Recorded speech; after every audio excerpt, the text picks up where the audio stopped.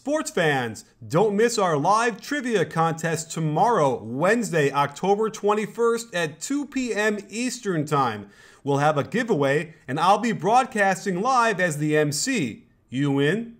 Hey sports fans, Coach Nick here, and welcome to BBallBreakdown. We have a recurring guest with us, Kevin Eastman of the Los Angeles Clippers and their new logo. And I thought we could start with talking about how you've created a winning atmosphere and culture in two separate cities now, from a place where it wasn't that way before. Are there similarities to building that kind of culture in two different places? Well, building winning is the same, and Doc is one of the best at that. And it's a somewhat simple process. It's building relationships, it's living in the truth, it's developing trust, it's developing a belief system in the players, and then ultimately all of those lead to a buy-in. And then, you know, you hear the big word about culture. That's the craze of all the books now and all the teams. And culture is great. But as I said to our group out here, I don't think culture can stand alone. It has to be culture plus people. I don't think they're independent of each other. So what we're trying to do is we have our culture, which is the way with which we live and operate. And then we've got to keep bringing in high-quality people to foster that culture each and every day. Is it safe to say that you might pass over maybe more talent to bring in those kind of quality people? Well, yeah. You know, you have to have talent to win. And then you have to just make sure that those that you do bring into your program, your organization, they can fit. Because cultures are a little bit different with each and every team.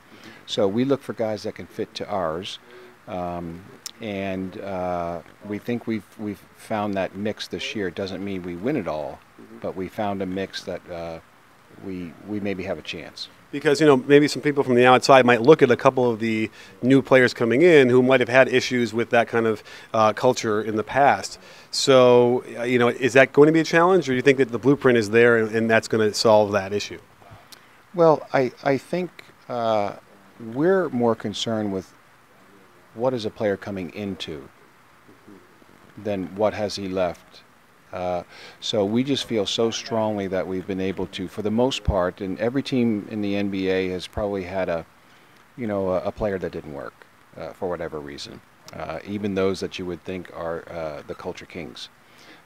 So we're willing to take a chance on a player if Doc feels he can work with them, if Doc feels he could develop a relationship with them, if Doc feels that he can believe in them. So that's where the evaluation process comes in, and so many of those things are not skill driven. They're mentality, mindset, heart, gut driven. A lot of the greatest GMs we've seen in the past have come from the coaching ranks, even like back to Red Auerbach and Jerry West.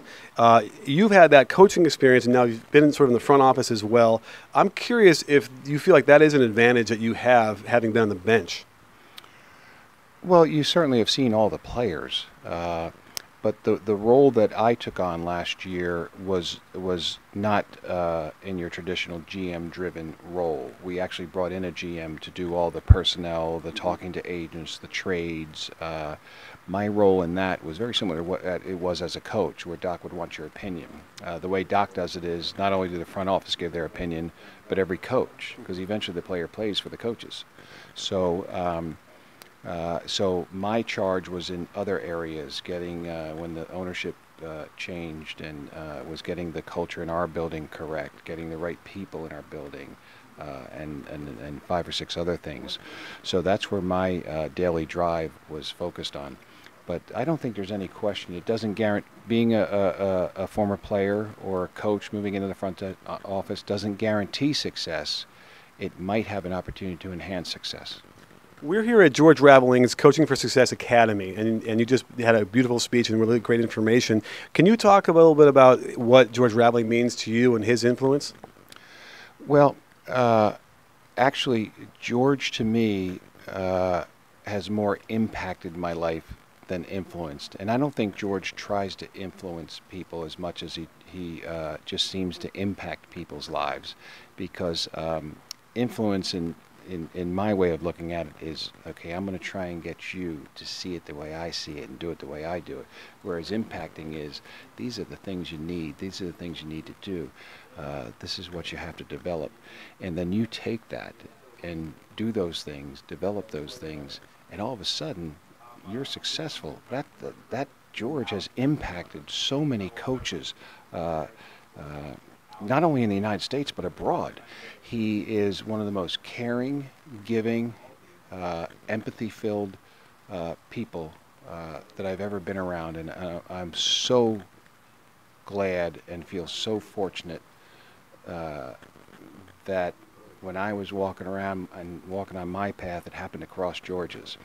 And now, I mean, we get together easily once a week, maybe twice a week, and we just sit down, and like this interview here pales considerably to what we talk about there, in terms of just, sometimes we say to each other, gosh, I wish we'd have recorded this, because there'd be so many.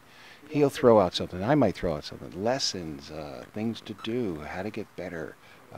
So I welcome those meals every day. Just trust me, recording those meals can be arranged if you want. And by the way, that can of worms. the smile that you had on your face when you're talking about what he will tell you, what I guess he thinks you would need to succeed. I think the key here is when you hear it, it's obvious. Yes, that's exactly what I need to do, and it's not something that you'd even think twice about doing once he gives you the information, right? Yeah. I mean, I think we all owe it to ourselves to put thought to it, to see if it really fits the way we operate and the way we do things, fits our personality, fits our mindset, fits our thought process, all those things. So I think that has to come in play. A little bit of, you got to edit maybe some of it to fit what you do and where you are in your career.